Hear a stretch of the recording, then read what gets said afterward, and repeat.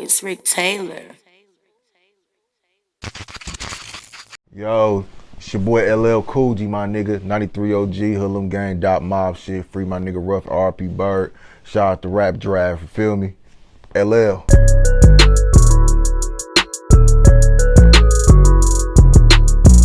Yo, what's going on, man? It's your boy Rick Taylor back with another episode of the Rap Draft. I got my dog LL Koogie with me, man. What's going on, man? What's happening, man? It's your boy LL Koogie. It's going down. Yeah, man. Appreciate you for coming on the show, man. Here on the Rap Draft, we like to interview not only music artists, but artists of all kinds. Whether you do painting, studio, engineer, DJ, whatever you do that like involves art, this is the platform for you, even though we specialize in music. Yeah. So pretty much we just want to like give your fans and people who really don't know you like a platform to know you and like some questions just want to learn about you and stuff like that. So with that being said, my first question to you is, where you from and where was you born and raised? Yeah. I'm from Milwaukee, Wisconsin and shit. I've been up here, like I said, since I was 2 years old, so I'm from Milwaukee. So so that's what I claim and shit, you know what I'm saying? You know, so I grew up on 23rd and Keith Street, you know, so shit, everybody know me from O'Keefe and shit, so that's where I grew up at. So what was life like for you as a kid growing up? Man, you know, shit, like for me as a kid, you know what I'm saying, growing up, you know what I'm saying, over there on Keith Street, man, where you had, you know what I'm saying, BOS, you know, Hopkins and shit, Mothers and shit, and you had, you know what I'm saying, where my area used to be a whole Vice Floor area and shit, back in the early like 90s and shit, into like the late 2000s and shit. And you know what I'm saying, growing up over there, you know what I'm saying, being, like I said, being around like shootouts, you know what I'm saying, a lot of like, 'cause my grandpa, you know what I'm saying, he been addicted to like cocaine and shit like that, crack and shit. So growing up around that area and shit, like being around that type of, you know what I'm saying, environment and shit, you know, growing up, 'cause my grandpa, you know what I'm saying, my grandma been married since like the 70s and like they had 8 kids, you know what I'm saying. So it's like, you know, like growing up around that type of environment, you know what I'm saying, it's like gives you like a fuel and drive to want to like get out that type of environment, you feel me? You know what I'm saying, from growing up in that type of situation and shit. So I said, I done seen like homies, like I said, I got homies that I can't see no more unless I go to a graveyard, you feel me? So it's like I said, I done seen my cousin DeMarco, he's still alive. He got ran over by a car and shot at by like 6 years old and shit, you feel me? Like, you know what I'm saying? So it's like, I done seen like, and that's through traffic of being over in that area between 23rd and Keith and Nash and Finn, cause they right clumped together and shit. So it's like, you know what I'm saying, being on that area, that's what type of shit you, environment you be in. But you know what I'm saying, I'd have been, like I said, into fights, I'd have been jumped, I'd have been shot at, you know what I'm saying, based on like not even my own problems, other people's issues and homies I done knew and shit. So, you know, man, like growing up in there, man, it just give you, you know what I'm saying, a different type of drive coming from the situations and thing you come from and shit. Yeah, I'm already knowing about that area right there. It's pretty rough, man. I had some family lived over there and like... Right. So you know what I mean? About Mothers over there, Hopkins and shit. Yeah, I know exactly what you mean, man. Yeah. It's like survival of the fittest out there, man. If you can make it over there, you can make it pretty much anywhere in the city or the world, period. You know what I'm saying? But that's good that you overcame all that stuff and like you here today to speak about it. Yeah. Do your music stuff. So for the people who don't know Koogie, who is Koogie? Man, Koogie, man, it's like, Koogie is the person, man, like I said, I just, through everything, like I said, I'm just honest about how, like, you know, like, about the person I am far as you, like, I'm not, like, I'm like I said, a full-time, like I said, dad and shit, you know, and I'm a nigga, like I said, from the streets and off key, but I just didn't make my, be a product of my environment. I decided to make product of my environment, you feel me? So a nigga like me just gonna be honest and just, like I said, be the dude that, like I said, is gonna tell you about the times I was hurt. I'm not gonna just tell you about how much money at times I was up. I'm gonna tell you about when I got hurt. I'm gonna tell you about how I felt when, I missed, you know what I'm saying, certain homies and passed away. I'm gonna tell you about when my homies that got so much talent are not, like I said, taking their advantages and shit and saying like taking themselves to the next level, but got all the talent in the world. Cause most like people around me is either like the most talented are either in prison or dead. You feel me? So it's like, you know, I'm the person that's gonna tell you about every side of the spectrum and shit. I'm gonna tell you about when I'm with a bitch and slamming her, and I'm gonna tell you about this same chick that I thought was something else, you know what I'm saying, with some other shit, and I was hurt about it. Everybody act like it's just one side of the spectrum of them things they tell you. Some niggas that tell you they got it, but don't tell you how they got it, you feel me? So it's like, that's what type of dude I am, and shit, I'm gonna tell you about all sides of the spectrum through my music and through everything. So that's what I definitely do with all my tapes and shit. Yeah, so you just don't give like the good, you get the good and the bad, like, you know, just pretty much explaining your life and just jotting your life down and put it into songs and, you know, just putting your story out there. Yeah, you got to, man, because like I said, man, like, a lot of people are scared to open up and scared because we live in a society where people, like, we're going to, like, they use any and little everything against you, but at the end of the day, you can't use something against me that I embrace, you feel me? So at the end of the day, you can't hurt me with what I already know about myself. You feel me? So you know, I just be me. That's all it is, man. And I can only just be the person I am. Facts. That's exactly how you gotta look at it, bro. Like they can't hurt you if you already talked about it. Right. Who or what inspired you to do music? My first fucking time I ever listened to I ever heard a rap song.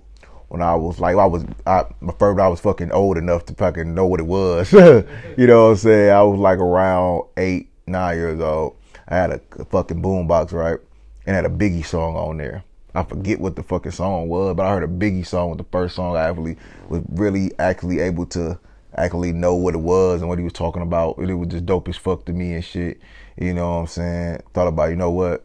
It won the song, the Biggie song. It was the freestyle of him and Tupac. It was the, I got 8 Mac 11s, about 8 38s, 9 10s, Mac 10s, the shit never ends, that shit like that. With Brooklyn there, that was the shit the freestyle Pac did. That was the first, I heard it on the tape.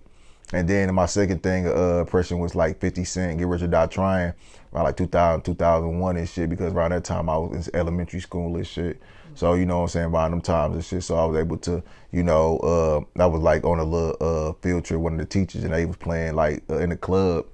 And like, that was my first thing. And it's crazy because the first album I bought wasn't even like how I rap, you wouldn't think the first album I ever bought out the store was Shorty Low album. Yeah. Like, you know what I'm saying? That was like, Shorty Low album was the first album I ever bought.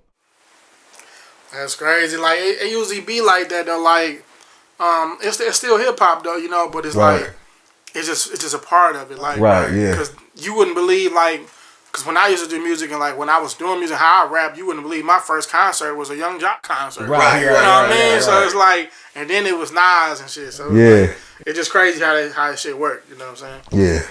So how did you end up getting into battle rap? I ended up getting in battle rap because DJ Jerry was working with a guy named Sparks. They had worked at the same job and shit.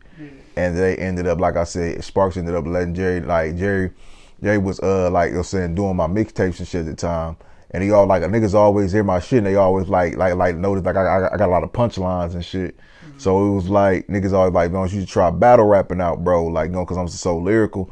And like, you know, he was at the time he was doing a little jack rap shit and all shit like that. So he used to like dealing with one type of artist, and like Jerry will tell you himself, at the time when he was working with me, he didn't really know what to do with me because like he wasn't used to working with like lyrical artist type shit.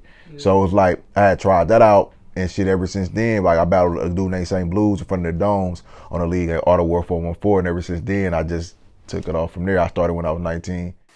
Man, that's dope, man, because I definitely remember you from back then, rapping, and he was lyrical and shit. Yeah. We was on the same tape, DJ Jerry Snapback. Yeah.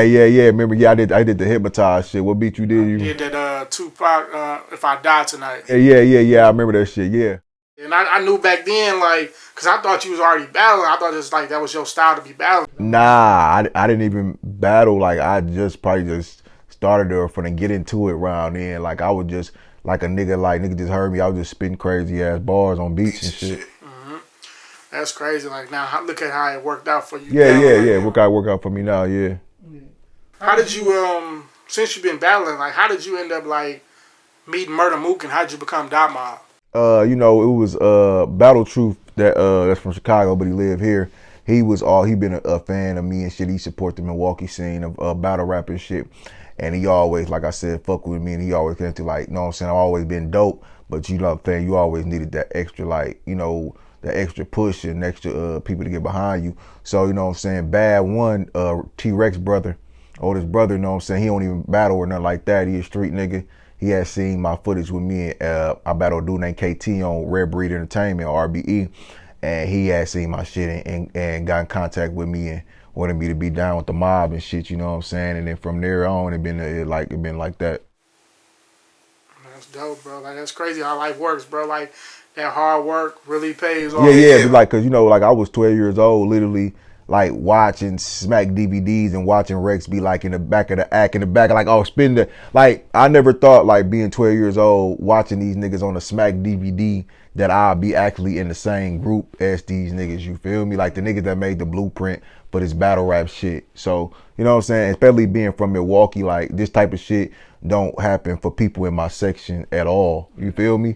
Like that shit only come around so many years, like from Baby Drew to Cuckoo Cow and, you know what I'm saying, from like, you know what I'm saying, Rico Love and people from, you know what I'm saying, people, you know, from there on, that shit only happened so many blue moons. And I could say consist, like now in the last 2-3 years, Milwaukee definitely been on fire. Like, don't pass what type of rap you do. If you rap the Detroit type of style, if you a lyrical nigga or anything, if you rap the like type of city girl type of rap, like nigga, people been getting on from women to dudes. So you know what I'm saying? Even the battle rap shit you see with other, not even just me, other battle rappers been doing, like being on Smack and other leagues. So you know what I'm saying? We definitely have the light on us. Even the other things, the girl the other day, the UFC fighter girl, she was on UFC. She from Milwaukee, like Tyler Hero. You know what I'm saying, from Wisconsin, you feel me? So, you know, for the heat. So it's like, it's different. It's a lot of people, man, that's from here and a lot of talent here. A lot of people think that you gotta go other places, you know what I'm saying, to get on all the time. Like me personally, I live here, but I don't stay here, you feel me? Right. So at the end of the day, you gotta travel and you gotta expand your brand and you gotta go places to get on. Like I said, like you ain't gotta go migrate other place, live some other place to get on. And my brother, just stop fucking with the same motherfuckers that ain't doing shit, that ain't got shit going on. Much, you feel me? That's all. That's exactly how I gotta go. You just gotta like start fucking with people who really serious, that can help you and push you to get where you need to be at. Yeah. Type shit. That's how it's gonna be, bro. Since you've been doing music and like battle rap, even regular music or battle rap, right. What's been the pros and cons that you've seen? The pros of it, man, is that, you know, you get people, man, you know, it's the crazy thing about it. It's like getting that crowd reaction. It's like a drug, you feel me? Like you always try to chase the first time you got that big crowd reaction. And it's just like competitive, like when you get, like when people do any type of drug, they always chasing that first high they got. Like that first high, the same thing with music and battle rap. You always try to get that crowd reaction. It gets addictive, you know what I'm saying? So it's like, you know, that's the pro, one of the pros of it.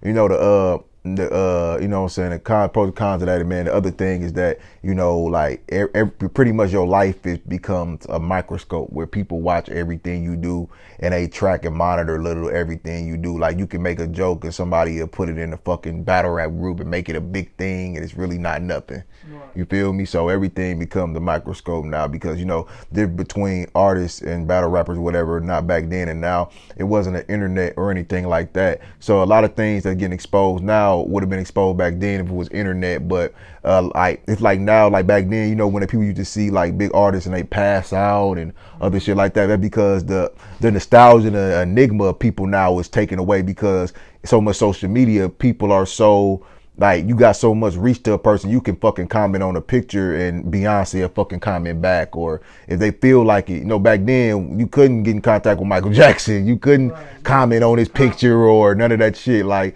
so it's like, you know, everything becomes, like I said, a microscope for things now. Like you really have to watch what you say or watch what and then like the cancel culture now, it's like they take everything to the serious, to the heart. So it's like I can say, oh, this light-skinned girl might look better than this dark-skinned girl. Oh, you don't like dark-skinned girls? Like, who said that? I just said she just like look better than her. That's all.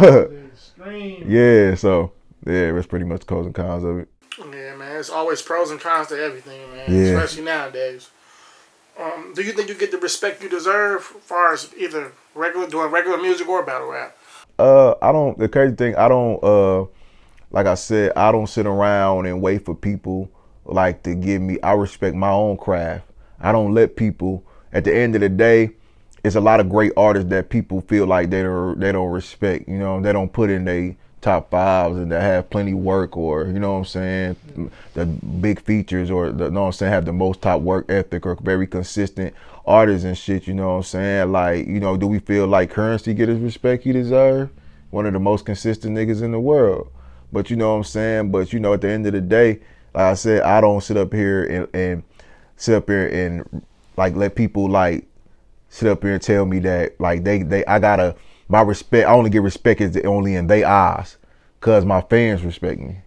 And as long as they, my fans and everybody else around me respect me, because like I tell niggas, I don't really care about YouTube. I care about how my daughter view me though. I care about how, you know what I'm saying, like how my fans and how they feel about things. But at the end of the day, I don't justify, like I said, my thing respect through other people's and their expectations of me, because I have my own expectations for myself. And I know you wouldn't even have an opinion on me if I wasn't doing shit. You feel me? Because at the end of the day, man, is that I learned that you can't just have like people just on your dick all the time. It's gonna be haters. Yeah, they part of the crowd. You feel me? So they always part of the thing. So that's how I feel about it when it comes to respect. I respect myself. I don't look for this and look behind for that and people to gratify, you know what I'm saying, me and shit. Facts. Like there's always gonna be somebody that hates you. Everybody not gonna love you. That's one. Yeah, and I'm fine with that. Yeah, man. Well, you definitely doing your thing, and since you're doing battle rap and stuff like that now, is it an artist that you want to battle that you haven't battled yet? Yeah, there's multiple of them. Arsenal, O-Red, Surf, Rock, you know what I'm saying, Mac, Ron, Official, E-Heart. Yeah, there's a lot of them. You coming for everybody, pretty much. Yeah, that'd be crazy, bro. Like to really see those battles take place, and like that'd be like. Yeah, cause like I said, I done battled a bunch of shit already. Like my resume is crazy. I done battled 40 Bars, Rum Nitty, I got the Swords coming up, the Saga next month. I got battled Lotta Zay, whooped his ass twice. Got Jada Nightwing coming up. I got battled Stewie Newton, Prez Mafia. You know what I'm saying? XL Bangs. You know what I'm saying? Plenty fucking names, bro. Like plenty of the motherfuckers. So QP. I done battled plenty of people, bro. Like I said, in rec shop. So I done been on like the biggest leagues in the world. I done been on URL. I got URL battles on the app and the YouTube.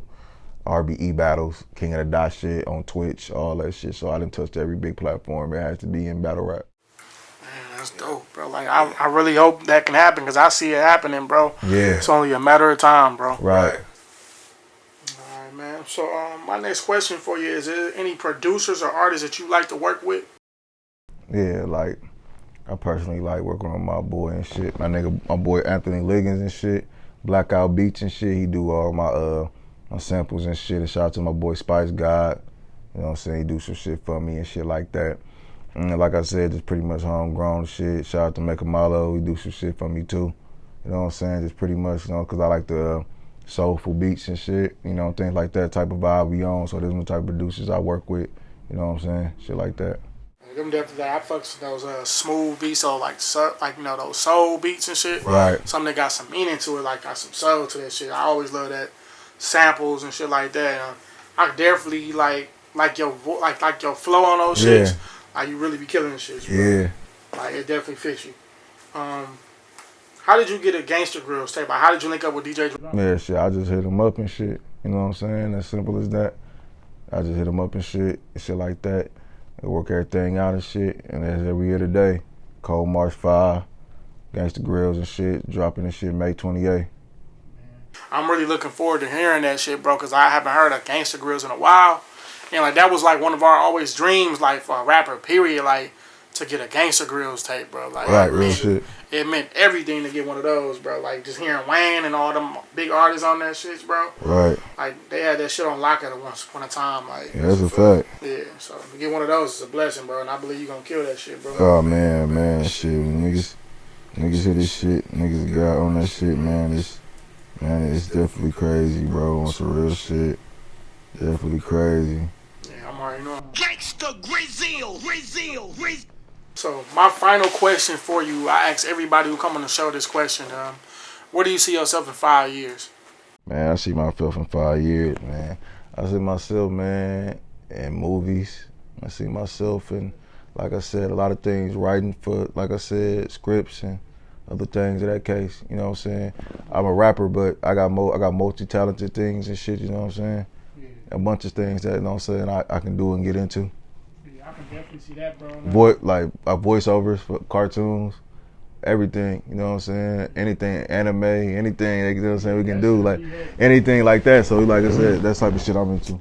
That'd be heavy, bro. And speaking of acting shit, like when we start back working on season 2 of Slab City, bro. Like, oh yeah. You know, I better talk about that. You can get in there. Yeah, I got to make you a cameo, bro. Yeah. For sure, bro. Well, I appreciate you for coming on the show, giving me time, you know what I'm saying, to sit down, speaking with me and stuff like that. I wish you the best of luck. You know what I'm saying? You're doing a good job. You know what I'm saying? You've been grinding for so long. Now your work is paying off. And it's only going to get better from here on out. So, many blessings to you, bro. And good luck to you in your future, bro. Man, appreciate you, man. Rap Draft, boy, LL Coogie, man. Cold March 5, dropping this shit May 28th. Hosted by DJ Drama, Gangsta Grills, man. Be on the lookout for that, man. We out. 93 OG.